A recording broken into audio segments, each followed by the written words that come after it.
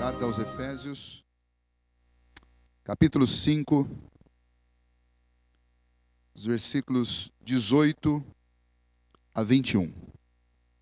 E não vos embriagueis com vinho, no qual há dissolução, mas enchei-vos do Espírito, falando entre vós com salmos, entoando e louvando de coração ao Senhor, com hinos e cânticos espirituais, dando sempre graças por tudo a nosso Deus e Pai, em nome de nosso Senhor Jesus Cristo, sujeitando-vos uns aos outros no temor de Cristo. Hoje eu gostaria de refletir com você sobre uma vida cheia do Espírito Santo de Deus. E por que eu gostaria de falar sobre isso com vocês? Porque nós vivemos num tempo onde as pessoas estão desencorajadas e esmorecidas, quase que de forma generalizada. Esse é o tempo que os palestrantes da autoajuda, da motivação e do entusiasmo estão ganhando muito dinheiro das grandes empresas, porque aqueles grandes diretores de grandes empresas, os responsáveis de recursos humanos, eles sabem que eles precisam motivar o seu time, porque senão o rendimento, que já está abaixo da média, pode ainda piorar. Infelizmente, se gasta fortunas com isso, e eu posso dizer que pode até ter um efeito paliativo, mas não vai resolver o problema. Porque realmente o que pode dar poder à vida de um homem e o que pode trazer entusiasmo à vida de uma pessoa é somente o Espírito Santo de Deus. A palavra empoderamento está muito famosa, está em voga, né? Primeiro por causa do movimento feminista que busca o empoderamento feminino. Mas não são só as mulheres que estão atrás de poder, as pessoas também estão atrás de poder. E às vezes não o tipo de poder que eu estou falando, poder para encarar a vida. Às vezes poder por poder mesmo. Mas a palavra de Deus vai nos mostrar que o caminho, que é um caminho saudável, justo, para que você tenha uma vida entusiasmada, uma vida animada e uma vida que tenha coragem para encarar os desafios, o que você realmente precisa é do Espírito Santo de Deus. Você que é crente, que é cristão, precisa do Espírito Santo de Deus. Não há vida cristã sem plenitude do Espírito Santo de Deus. Sem o Espírito Santo na nossa vida, nós vamos colhendo fracasso atrás de fracasso. Sem o Espírito Santo movendo o nosso coração, nós não temos ânimo e disposição para fazer uma oração sequer antes de uma refeição. Quanto mais para encarar as tentações e as tribulações da vida. E muita gente acha que por ser presbiterianos a gente não dá muita atenção e nem muita importância para esse assunto. E se você acha isso, você está redondamente equivocado. Se existe uma igreja que dá um real valor à obra do Espírito Santo de Deus e tem temor por essa obra, essa igreja é a igreja presbiteriana ou as igrejas reformadas, que reconhece que nem sequer uma complexa e poderosa conversão aconteceria se não fosse uma ação prévia do Espírito Santo convencendo o homem de que ele é um pecador. E as pessoas muitas vezes confundem a obra e o poder do Espírito Santo com barulho, com emocionalismo. Mas aonde você visualiza a obra do Espírito Santo de Deus é na vida cotidiana de um crente. É na vida comunitária da igreja. É aí que você sabe se essa igreja é uma igreja cheia do Espírito Santo de Deus, se os crentes estão cheios do Espírito Santo de Deus ou não. Não é no barulho, não é no emocionalismo, embora as emoções são fantásticas e são boas. Um culto sem emoção é uma coisa sem graça. E se Deus nos fez com emoção é porque a emoção faz parte de nós, e Deus nos deu isso como um presente, para que a gente não fosse um robô. Mas é preciso que a gente entenda que ser e ter o Espírito Santo dentro de nós de forma plena, ser cheio do Espírito Santo, não é apenas barulho. E talvez, não sei nem se é barulho, mas é com certeza uma vida radicalmente centrada em Cristo, uma vida cheia de entusiasmo, uma vida cheia de coragem, de ânimo para enfrentar os desafios da vida. Então eu não sei como você está, talvez você esteja desanimado e cansado. E então nessa noite eu quero convidar você para encarar a solução para os nossos problemas, a solução para as nossas dificuldades na nossa peregrinação aqui como filhos de Deus. E a solução está na obra de Cristo, que é completa. E nessa obra de Cristo, Ele inclusive nos enviou o seu Espírito, o Espírito Santo de Deus, para nos capacitar para a jornada que nós temos que realizar. Se você está pela primeira vez numa igreja ou está assistindo esse vídeo e está ouvindo uma mensagem pela primeira vez e ainda não rendeu o seu coração a Cristo, é importante que você entenda que o Espírito Santo é absolutamente essencial para a sua vida. Primeiramente, para que você possa crer em Deus. É Ele quem convence-nos a respeito não só dos nossos pecados, mas a respeito também da divindade de Cristo, da obra e do amor de Cristo por nós e das certezas eternas que nós podemos ter através das promessas que nós temos do Senhor Jesus apresentadas no Evangelho. Então caminhemos nesse texto um pouco para ver o que o apóstolo Paulo tem a nos ensinar.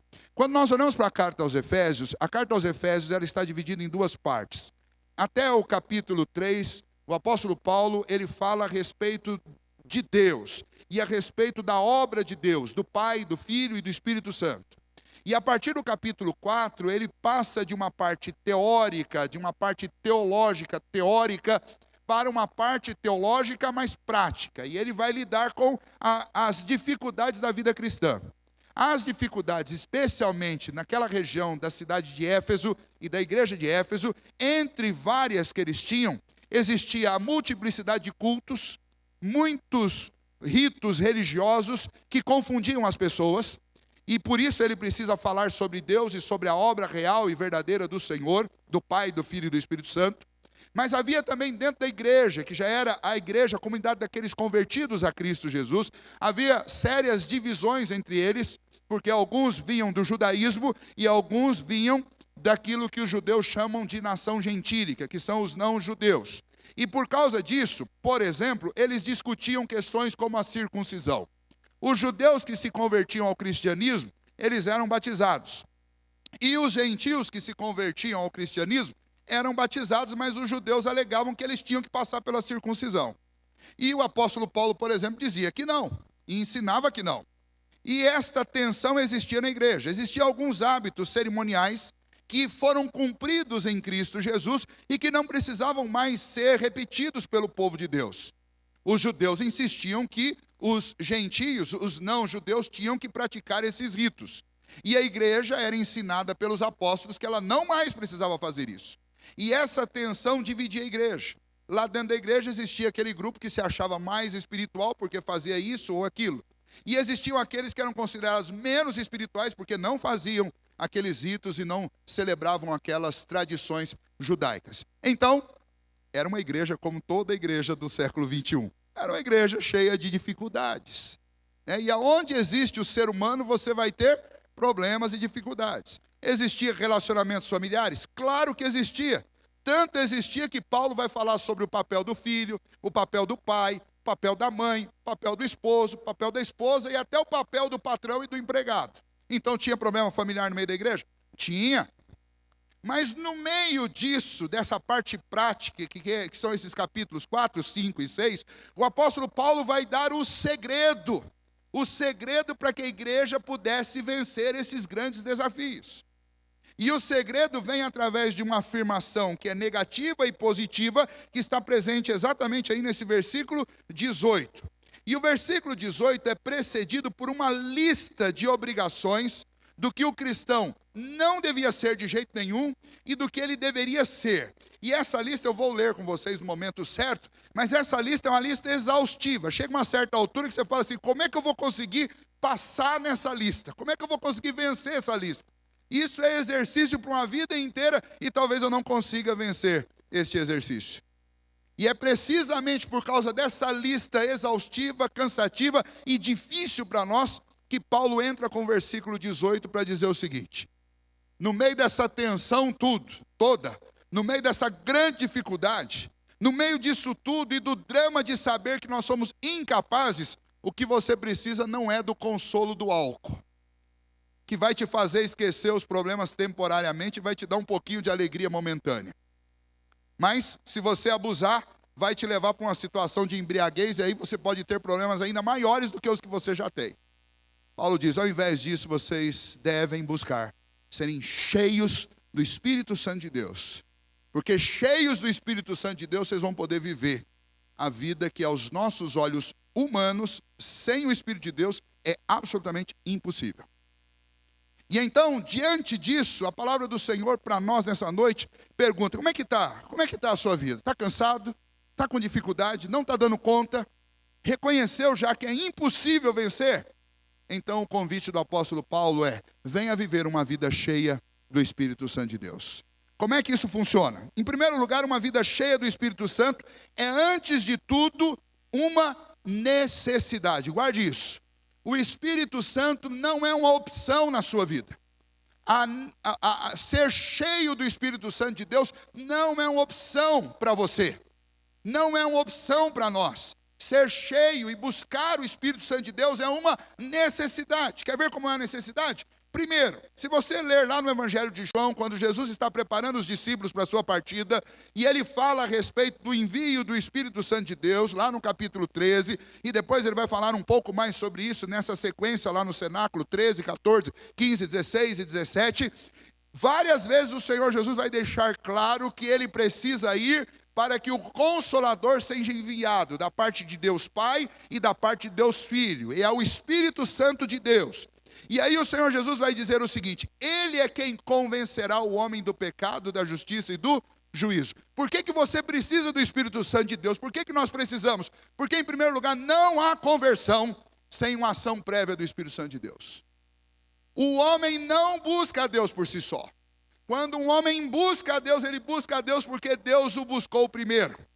É Deus que nos alcança com o seu amor primeiro, para que depois a gente tenha interesse por ele. Porque a palavra de Deus nos diz que nós estamos nessa condição nossa, sem Deus no mundo, mortos nos nossos delitos e pecados, andando segundo os costumes, o curso deste mundo, sendo escravos das intenções de Satanás. E a não ser que o Espírito Santo ilumine o seu coração, quebrante o seu coração, tire o coração de pedra e coloque um coração de carne, a não ser que o Espírito Santo te faça se sentir incomodado com seus erros, e a não ser que o Espírito Santo te faça olhar para Cristo e enxergar nele verdadeiramente o Redentor, você simplesmente vai cruzar a vida, talvez até tendo algum tipo de conhecimento a respeito da história de Cristo, mas sem olhar para ele como um Salvador, sem reconhecer os seus erros e os seus pecados. Por que que eu preciso do Espírito Santo de Deus? Primeiro, porque não há conversão sem o Espírito Santo de Deus. Por que mais que eu preciso do Espírito Santo de Deus? Se você ler aí nessa carta aos Efésios, no capítulo 1, você vai observar no versículo 13 que o Espírito Santo é o selo da obra de Cristo nas nossas vidas. O capítulo 1 começa com uma doxologia de exaltação ao Senhor. Bendito seja nosso Deus e Pai, que nos abençoou com toda sorte de bênçãos espirituais nas regiões celestes em Cristo Jesus. E então ele vai falando sobre o que Cristo fez, que foi nos alcançar, pagar o preço por causa dos nossos pecados, se sacrificar em nosso lugar, nos justificar diante de Deus, e uma vez justificados diante de Deus, para que nós nos sentíssemos filhos de Deus. Ele autentica essa obra, colocando o seu selo sobre a nossa vida. E qual é o selo da obra redentora de Cristo Jesus sobre a minha vida? É o Espírito Santo de Deus. Ele é o selo da promessa. Essa marca, esse nome selo, é muito antiga e hoje, como nossas correspondências são online, a grande maioria delas, a gente está quase esquecendo o que é selo. Mas antigamente, quando uma correspondência era enviada por um rei, ele tinha um selo especial, um plástico derretido, era jogado sobre um papel, e com o anel dele, ele marcava aquele plástico endurecia e ficava com o selo real. Aquilo significava duas coisas. Primeiro, estava autorizado a ser levado até o seu destino. E segundo, naquela marca estava a autenticidade de que aquela correspondência era uma correspondência que saiu diretamente da mão do rei. Selo. Por que eu preciso do Espírito Santo de Deus? Porque o Espírito Santo de Deus no meu coração é a garantia de que a obra que aconteceu comigo é real.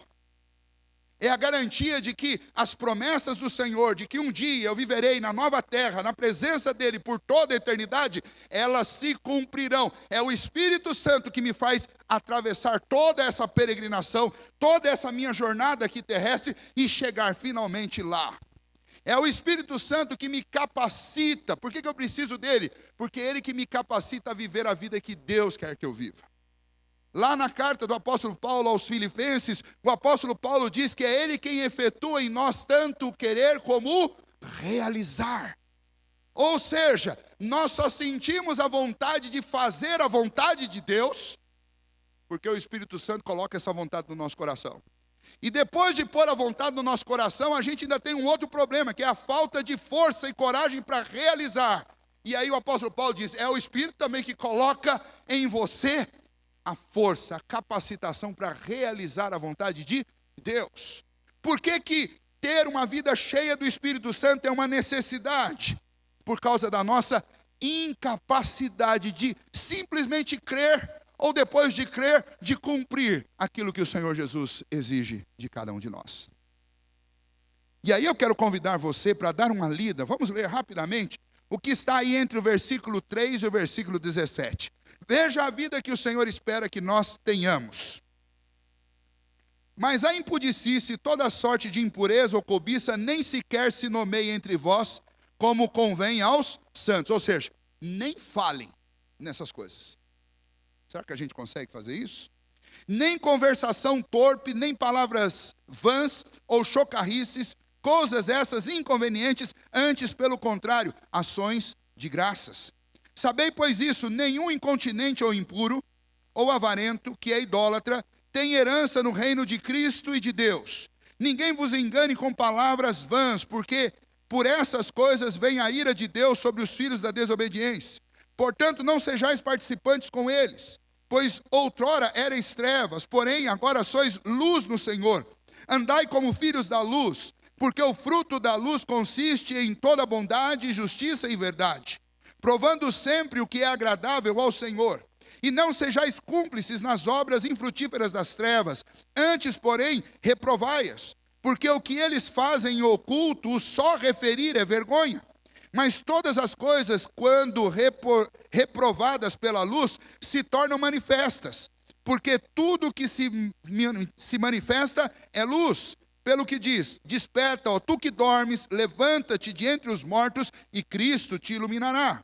Portanto, vede prudentemente como andais, não como necios, e sim como sábios, remindo o tempo, porque os dias são maus.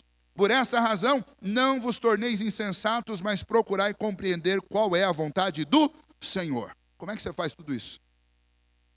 Como é que você evita os pecados e como é que você pratica a vontade de Deus?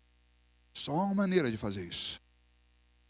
É tendo no seu coração a presença real e fortalecedora do Espírito Santo de Deus.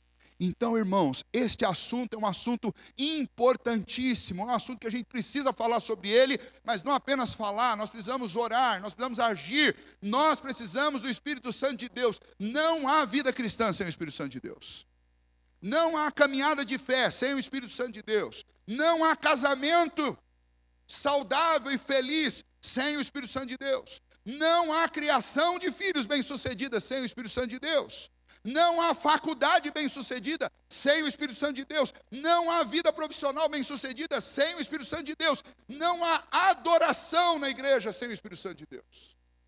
É impossível, porque nós somos absolutamente necessitados do Espírito Santo do Senhor. É por isso que Jesus, e nós lemos isso no início do culto, Jesus lá na festa dos tabernáculos, a festa principal dos judeus, quando eles relembravam a libertação poderosa de Deus, de quando eles foram escravos no Egito, e eles lembram de como o Senhor os fez habitar em tendas, e no último dia da festa, o sumo sacerdote pegava água lá em Jerusalém, no tanque de Siloé, e derramava essa água, simbolizando aquela água que foi tirada da pedra por Moisés, um milagre de Deus para tirar a sede do povo que morria de sede no deserto. E simbolizava também as profecias do Antigo Testamento, quanto a um derramamento do Espírito de Deus sobre as pessoas, e nós lemos sobre isso.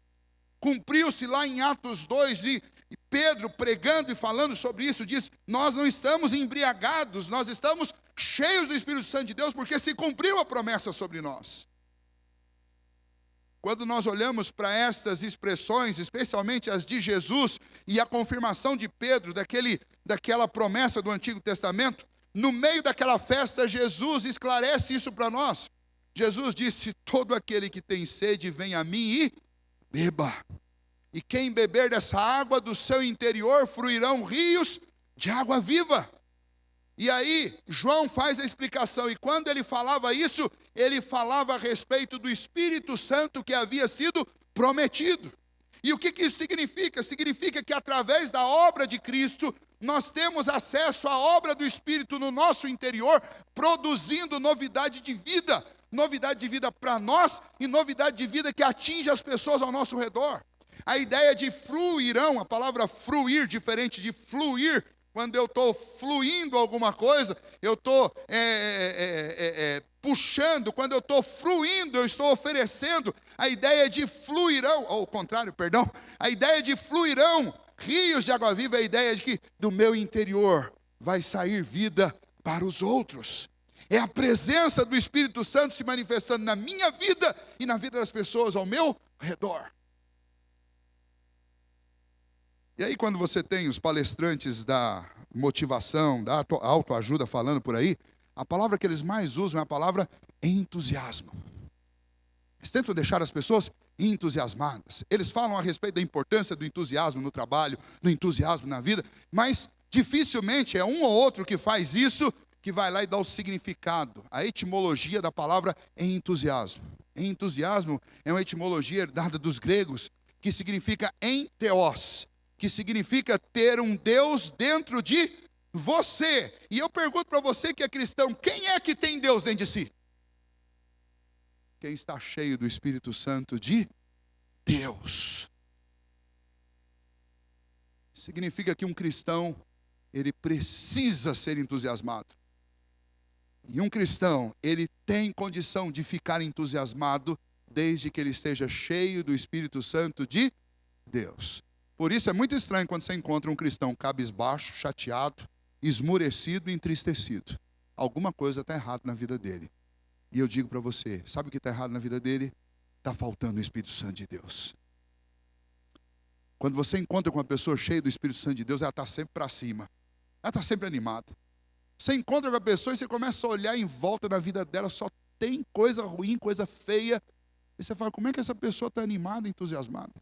Semana passada nós fizemos uma visita para uma pessoa, e a pessoa, irmão, bênção de Deus, aqui está tudo na bênção, tudo glória a Deus, e tudo muito bom, e tudo muito jóia. E aí eu comecei a me dar conta da história. E eu acredito que vocês devem conhecer aqui a mãe da Rayane.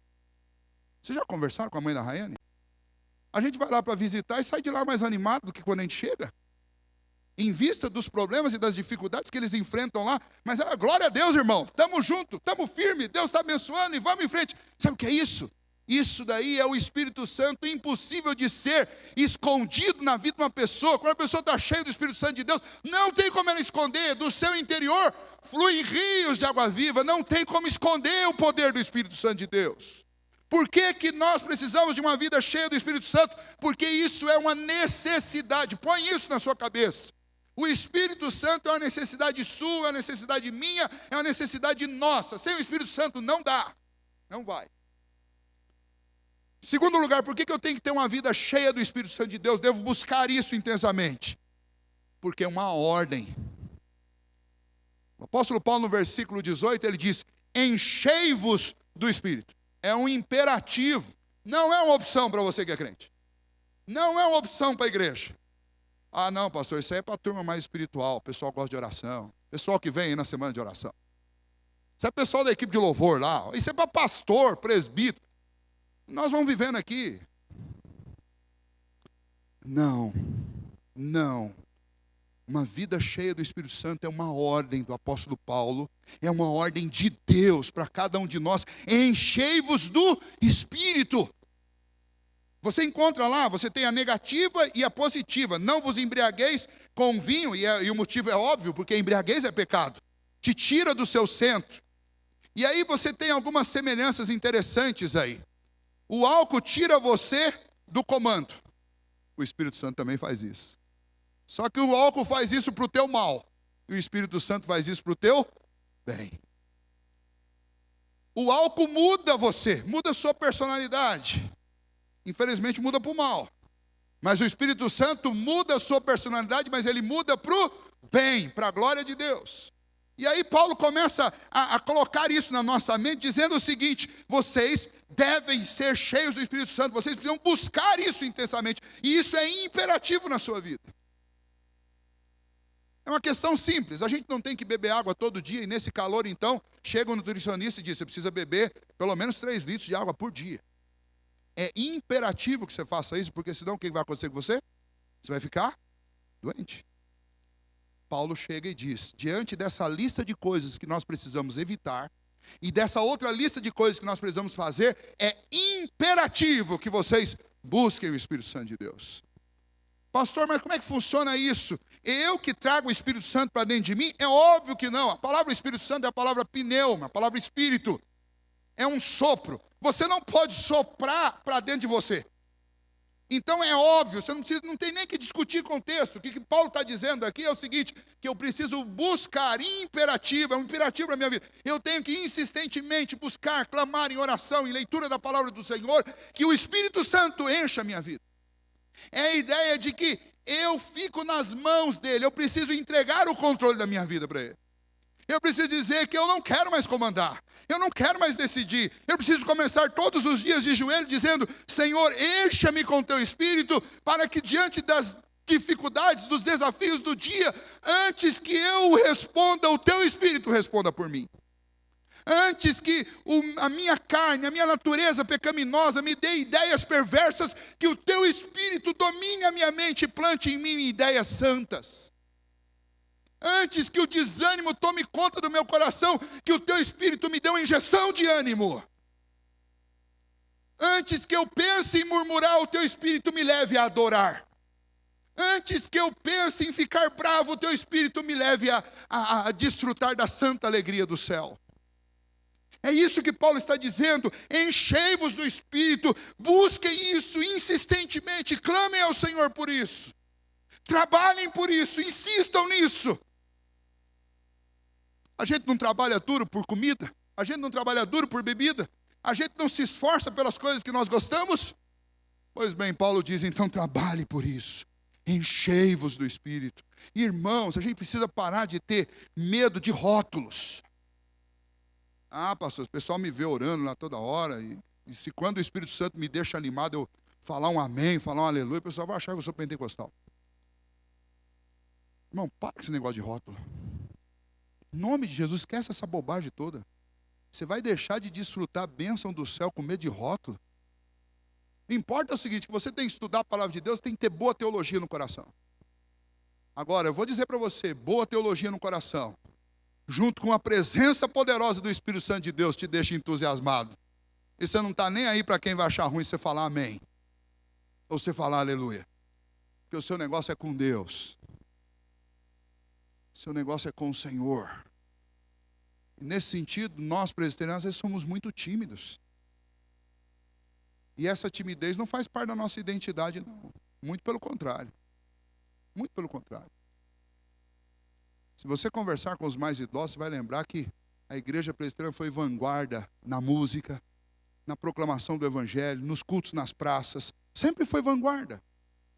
Aí tem uma turminha aí que não quer ver o Evangelho andando, e virou um pessoal, tem um povo dentro da igreja da nossa denominação, tem um povo que quer ver a coisa fechada. Se possível, fechar até a porta da igreja. Nós não somos assim, amém? Em nome de Jesus, as nossas portas estão abertas. O nosso negócio é proclamar o Evangelho, é viver uma vida entusiasmada que anima as pessoas, para que as pessoas olhando para nós vejam Cristo, e vendo Cristo elas se animem e queiram vir também para cá. E a vida cheia do Espírito Santo é assim, é uma vida atraente. E você pode observar a maravilha que isso é, olhando para a terceira parte desse texto para nós.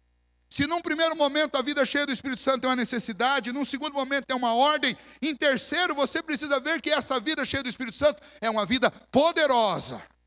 E como que a gente nota isso? Nos versículos 20 e 21. Veja o que está acontecendo. Quem está cheio do Espírito Santo faz o quê? Aí vem uma série de verbos no particípio, mostrando como é essa vida. As pessoas cheias do Espírito Santo, elas vivem falando entre elas, entre vós, né, que está no texto, entre vós com salmos. Ou seja, é uma igreja que se instrui mutuamente. É a igreja da comunhão. Do que essa igreja conversa? Essa igreja é assim. Essa igreja é aquela igreja que um chega para o outro e fala sobre Deus, sobre a doçura de viver para o Senhor. Onde nós compartilhamos salmos e hinos espirituais. Se você abrir o nosso WhatsApp da nossa conversa um com o outro, nós não estamos trocando piada pornográfica. Se você abrir o nosso WhatsApp, você vai ver que nós estamos trocando o quê? Mensagem do céu. Estamos trocando salmos espirituais uns com os outros. Como é que eu consigo fazer isso? Somente se estiver cheio do Espírito Santo de Deus. Comunhão santa e bendita, a comunhão do povo de Deus. E nesse sentido eu faço um desafio a você. Pegue, faça isso que eu acabei de citar aqui, abra o seu WhatsApp e dê uma olhada para ele nas suas conversas e meça como está o seu coração e a sua alma. Se você lembrar dos versículos de 3 a 17, diz que algumas conversações nem sequer se pronunciam no nosso meio, ou não deveriam se pronunciar. Coisas que Paulo diz, não, eu não vou nem citar, porque eu só citar já é pecado. Mas tem muito crente que tem aquele celular que precisa de uma senha e de um código para travar, para nem esposa, nem esposo, nem filho, nem ninguém ver, porque se abrir aquilo ali é uma caixa de Pandora. Tem muita gente que faz do celular uma coisa tão terrível que é capaz de destruir emprego, empresa e casamento e tudo. Aí o cara tem que guardar o celular a 7 chaves. Isso aí é a ausência do Espírito Santo de Deus na vida. Porque quando você está cheio do Espírito Santo de Deus, primeiro você tem comunhão com os outros. E se você tem comunhão, você não tem que esconder nada. E como você tem comunhão e não tem que esconder nada, você compartilha o que Deus tem posto de bom na sua vida. Percebe o tanto que nós precisamos do Espírito Santo de Deus? Porque é o Espírito Santo de Deus que te dá poder para viver comunhão. Comunhão é algo que só pode ser vivido por uma vida cheia do poder de Deus. Que é difícil ter comunhão. É ou não é? Olha ao seu redor. A gente vê como é difícil ter comunhão, começando pela casa da gente. Onde é o lugar mais difícil de ser crente? É dentro da casa da gente. É aquele lugar quando você resolve orar, aí a esposa já olha ali, hoje deu de crer, ouviu o sermão do pastor hoje, ontem resolveu ser crente hoje. Não é assim? É o marido que olha para a esposa e fala, mudou a roupa? Só porque o pastor falou no domingo? Não é assim? E casa da gente é difícil, porque os primeiros que desconfiam de qualquer mudança de comportamento nosso são os familiares. Em vez do camarada ficar contente, ir para o quarto e dobrar o joelho e falar, Senhor, obrigado, Senhor. Não, vai lá alfinetar. Para viver mudança na vida é preciso o poder do Espírito Santo de Deus. Para viver em comunhão com seus familiares, para viver em comunhão com os membros da igreja, é preciso de estar cheio do Espírito Santo de Deus. Porque sempre na igreja vai ter aquele camarada que parece que sai de casa e fala assim, hoje eu vou tirar fulano do sério. Hoje eu vou conseguir. Eu vou conseguir. Nós precisamos do poder do Espírito Santo de Deus para viver em comunhão. Mas somente com o Espírito Santo de Deus nós conseguimos prestar a Deus uma adoração verdadeira. Veja o que ele diz aí, falando entre vós com salmos, entoando e louvando de coração ao Senhor com hinos e cânticos espirituais. Pergunta a você, hoje você cantou de coração e de alma ao Senhor? Vocês já perceberam que às vezes a gente canta no automático? Canta no automático. Quando canta? E às vezes a gente canta tão no automático que a gente não sabe nem que cantou. Não vou fazer a pergunta aqui, o que nós cantamos aqui. Mas você lembra o que você cantou agora há pouco? Quando estamos cheios do Espírito Santo de Deus, o Espírito Santo me faz cantar, entoar de coração ao Senhor. Verdadeira adoração. Quando não tem Espírito Santo no meu coração, o que acontece? Eu adoro coisas. Eu adoro comida, eu adoro bebida. Eu fico, quando eu venho para a igreja, como o meu coração não está na adoração a Deus, eu fico preocupado com outras coisas. Eu enxergo os defeitos, eu enxergo os erros, eu enxergo o relógio. Quando você não tem o Espírito Santo de Deus, você malemar adora a Deus na igreja. Quanto mais quando você sai daqui, vai para o trabalho, vai para casa, vai para algum outro lugar. Aí você desliga, sabe aquela coisa? Desliga a parte crente. Você desliga ali, você vai religar aquilo no próximo domingo, para vir para a igreja. A Bíblia fica esquecida, o inário fica esquecido, as músicas do carro não são aquelas que dignificam o nome de Deus. Não que você tem que ouvir só música evangélica, mas você deve ouvir pelo menos aquilo que é verdadeiro, porque Filipenses 4:8 diz que tudo que é puro, tudo que é agradável, tudo que é verdadeiro, seja isso que ocupe a vossa mente. Então, na hora de escolher música, eu também preciso escolher música que digam verdades. Não precisam ser cânticos congregacionais, mas precisam ser verdadeiros, porque senão eu vou encher minha mente de mentira. E onde o Espírito Santo de Deus está, essas coisas não estão. Se estão na minha mente, então o Espírito não está. O Espírito está entristecido, sufocado, e lá num cantinho do seu coração, porque ele é selo, ele não te deixa. Mas você não tem a plenitude dele.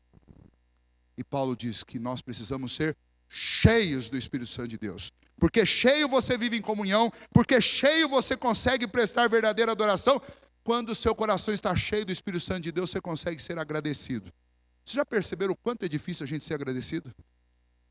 A gratidão é uma das coisas mais difíceis que existem. Não é para uma ou outra pessoa, mas é para todos nós. E Paulo diz que se você estiver cheio do Espírito Santo, você vai andando, dando sempre graças por tudo. Pelo quê? Pelas coisas que você gosta? Dando graças a Deus por tudo. Em nome do Senhor Jesus Cristo. É o Espírito Santo que te coloca uma lente santa nos olhos, que faz com que você olhe até para a tribulação e enxergue coisa boa no meio daquilo. Se você lembra o que Tiago diz a respeito das tribulações da vida? Tiago diz lá no capítulo 1, no versículo 2, tende por motivo de toda alegria o passardes por lutas e provações. Porque depois dessas lutas e provações, você vai ser aprovado, receberá a coroa da vida. Essas lutas e provações produzem perseverança, e a perseverança tem ação completa para te tornar alguém íntegro e perfeito. E então o cristão cheio do Espírito Santo de Deus, ele olha para o problema e ele glorifica a Deus. Fala, Senhor, muito obrigado pelo problema. Agradece a Deus. E quem é capaz de agradecer pelos problemas, quanto mais pelos presentes e as vitórias que Deus dá. Quem consegue ser agradecido? Quem está cheio do Espírito Santo de Deus. O que o Espírito Santo ainda faz? Bom, aí vem um versículo que é um versículo chave. Tem aqueles versículos na Bíblia que você precisa pegar a sua caneta, aquela caneta marca-texto e riscar de 5 cores para você não esquecer. E é esse versículo 21 aí. Por quê? Porque o Senhor Jesus resumiu a lei em 2 mandamentos. Ama o Senhor sobre todas as coisas e ao próximo como a ti mesmo. Paulo também teve que responder essas perguntas, qual era o resumo da lei, e ele resumiu também, que é, adorarás a Deus e somente a Ele prestarás culto, e amarás ao teu próximo de todo o teu coração. E na sequência Paulo vai dizer, mas sabe como é que você faz isso?